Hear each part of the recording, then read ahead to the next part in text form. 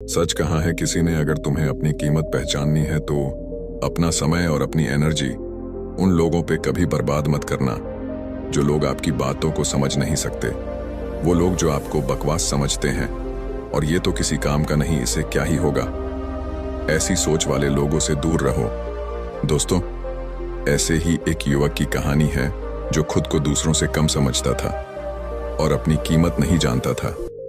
आज की जो कहानी है ये आपकी जिंदगी बदलने वाली है। लेकिन इससे पहले कि आप कहानी में खो जाएं, हमारे इस YouTube चैनल को सब्सक्राइब कर लें। तो चलिए कहानी शुरू करते हैं।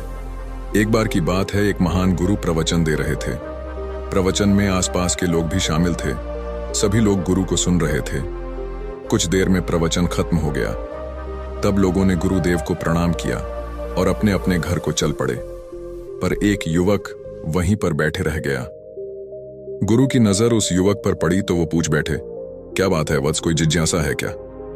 युवक गुरु के पास गया और प्रणाम करके बोला, गुरुदेव, बहुत उलझन में हूं। जितना इस बारे में सोचता हूं उतना ही उलझ जाता हूं। कैसी उलझन है वत्स? गुरु ने प्रश्न किया। युवक हाथ जोड़कर बोला, गुरुदेव, ये संसार कितना विशाल है। संसार में लाखों करोड़ों लोग निवास करते हैं। उनमें भी एक से बढ़कर एक विद्वान कलाकार योद्धा हैं। ऐसे में उन सब के बीच मुझ जैसे सामान्य प्राणी का क्या मूल्य है? युवक की बात सुनकर गुरु मुस्कुरा दिए। वे बोले, तुम्हारे जिज्ञासा का उत्तर मिल जाएगा, पर इसमें थोड़ा सा समय लगेगा। क्या तब तक मेरा एक छोटा सा काम कर सकते हो? गुरुदेव, ये तो मेरे लिए गर्व की बात है कि मैं आपके काम आ सकूं। युवक ने अपने हाथ जोड़कर कहा, गुरुदेव, आप आदेश करें। गुरु ने युवक को एक चमकीला पत्थर देते हुए कहा, तुम्हें इस पत्थर का मूल्य पता करना है और ध्यान रहे, इसे बेचना नहीं है, सिर्फ इसका मूल्य पता करना है। जैसी आज्ञा गुरुदेव। ऐसा कहते हुए युवक ने गुरु से वह पत्थर ले लिया। उसने उन्हें एक बार फिर प्रणाम किया और बाजार की ओर चल पड़ा। बाजार वहां से ज्यादा दूर नहीं था। युवक थोड़ी देर में वहां पहुंच गया। वह सुबह का समय था, इसलिए बाजार अभी ठीक से लगा नहीं था। वहां पर इक्का दुक्का दुकानदार ही थे। युवक ने जिज्ञासावश इधर उधर नजर गई। उसे एक पेड़ के नीचे एक दुकानदार नजर आया। वह आम बेच रहा था। युवक उस दुकानदार के पास पहुंचा और उसे पत्थर दिखाते हुए बोला, क्या आप इस पत्थर की कीमत बता सकते हैं? दुकानदार एक चालाक व्यक्ति था। पत्थर की चमक देखकर वह समझ गया कि अवश्य ही यह कोई कीमती पत्थर है। वह बनावटी आवाज में बोला, देखने में तो कुछ खास नहीं लगता, पर मैं इसके बदले 10 आम दे सकता हूं। दुकानदार की बात सुनकर युवक को हल्का सा क्रोध आ गया। वह मन ही मन बंदर समझता है। इतना सुंदर पत्थर और इसका मूल्य सिर्फ 10 आम, अवश्य ही यह झूठ बोल रहा है। युवक को चुप देखकर दुकानदार बोल उठा, क्या कहते हो, निकालूं आम पर? युवक ने दुकानदार को कोई जवाब नहीं दिया। वह चुपचाप आगे बढ़ गया। सामने एक सब्जी वाला अपनी दुकान सजा रहा था। युवक उसके पास पहुंचा और उसे पत्थर दिखाते हुए उसका मूल्य पूछा। उस पत्थर को देखकर सब्जी वाले की आंखें खुशी से चमक उठी। वह मन ही मन सोचने लगा, यह पत्थर तो बहुत कीमती जान पड़ता है। अगर यह मुझे मिल जाए तो मजा ही आ जाए।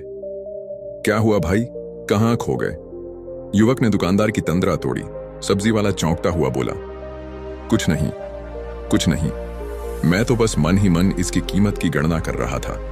वैसे मैं इस पत्थर के बदले एक बोरी आलू दे सकता हूं। सब्जी वाले के चेहरे की कुटिलता देखकर युवक समझ गया कि यह दुकानदार भी मुझे मूर्ख बना रहा है। मुझे किसी और से इसका मूल्य पता करना चाहिए।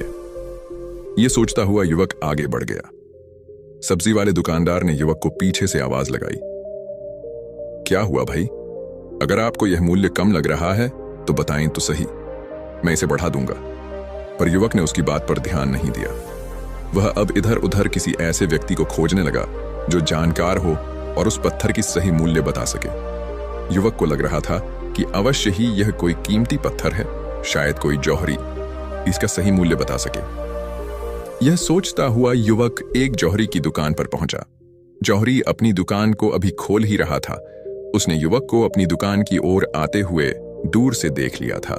साथ ही उसने युवक का हुलिया देखकर यह भी भांप लिया था कि यह कोई गरीब व्यक्ति है जो संभवतः कोई गहना बेचने आया होगा। जौहरी ने हाथ जोड़कर युवक को नमस्कार किया और मुस्कुराकर पूछा, बताए महोदय, मैं आपकी क्या सेवा कर सकता हूं? युवक ने गुरुदेव का दिया पत्थर अपनी हथेली पर रख दिया और बोला, इसका मूल्य पता करना था। पत्थर को देखते ही जौहरी उसे पहचान गया कि यह बेशकीमती रूबी पत्थर है जो किस्मत वाले को मिलता है। वह बोला, पत्थर मुझे दे दो और मुझसे 1 लाख रुपए ले लो। कहते हुए जौहरी ने पत्थर लेने के लिए अपना दाहिना हाथ बढ़ाया, पर तब तक युवक ने पत्थर को अपनी मुट्ठी में बंद कर लिया था। उसे पत्थर के मूल्य का अंदाजा हो गया था, इसलिए वह गुरुदेव के पास जाने के लिए मुड़ गया। जौहरी ने उसे पीछे से आवाज लगाई, अरे रुको तो भाई, मैं इसके 50 लाख दे सकता हूं। लेकिन युवक को वह पत्थर बेचना तो था नहीं, इसलिए वह रुका नहीं और दुकान के बाहर आ गया। पर जौहरी भी कम चालाक नहीं था। वह उस अनमोल पत्थर को किसी भी कीमत पर अपने हाथ से जाने नहीं देना चाहता था। वह दौड़कर उसके आगे आ गया और हाथ जोड़कर बोला, तुम यह पत्थर मुझे दे दो, मैं इसके बदले 1 करोड़ देने को तैयार हूं। युवक को जौहरी की बातों में अब कोई रुचि नहीं रह गई थी। वह जल्द से जल्द गुरुदेव के पास पहुंच जाना चाहता था, इसलिए ना तो वह रुका और ना ही उसने जौहरी की कोई बात का जवाब दिया। वह तेज तेज कदमों से गुरु के आश्रम की ओर चल पड़ा। जौहरी ने पीछे से आवाज लगाई, यह अत्यंत मूल्यवान पत्थर है, अनमोल है, तुम जितने पैसे कहोगे मैं दे दूंगा। यह सुनकर युवक परेशान हो गया। उसे लगा कहीं पत्थर के लालच में जौहरी उसे पकड़कर जबरदस्ती ना करने लगे, इसीलिए वह तेजी से आश्रम की ओर दौड़ पड़ा। युवक जब गुरु के पास पहुंचा तो वह बुरी तरह से हाँफ रहा था। उसे देखकर गुरु मुस्कुरा दिए, फिर भी उन्होंने अपने चेहरे से कुछ भी जाहिर नहीं होने दिया। वे बोले, क्या बात है वत्स, तुम कुछ डरे हुए से लग रहे हो। युवक ने गुरु को प्रणाम किया और सारी बात कह सुनाई। साथ ही उसने वह पत्थर भी उन्हें वापस कर दिया। गुरु बोले, आम वाले ने इसका मूल्य 10 आम बताया, आलू वाले ने 1 बोरी आलू और जौहरी ने बताया कि यह अनमोल है। इस पत्थर के गुण जिसने जितने समझे उसने इसका मूल्य उसी हिसाब से लगाया। ऐसे ही ये जीवन है, प्रत्येक व्यक्ति खान से निकले हुए एक हीरे के समान है जिसे अभी तराशा नहीं गया है। जैसे जैसे समय की धार व्यक्ति को तराश की जाती है, व्यक्ति की कीमत बढ़ती जाती है।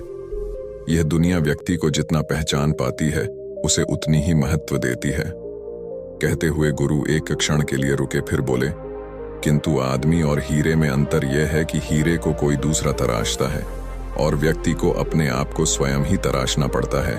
और जिस दिन तुम अपने आप को तराश लोगे, तुम्हें भी तुम्हारा मूल्य बताने वाला कोई ना कोई जौहरी मिल ही जाएगा। दोस्तों, उम्मीद करता हूं कि यह कहानी आप सबको पसंद आई होगी और नेक्स्ट कहानी कैसी चाहिए कमेंट्स में बताएं। बाकी वीडियो को लाइक करें और अपने दोस्तों के साथ शेयर करें और ऐसे ही मोटिवेशनल कहानी देखने के लिए the mind of Sanatan YouTube channel को सब्सक्राइब करना ना भूलें। धन्यवाद।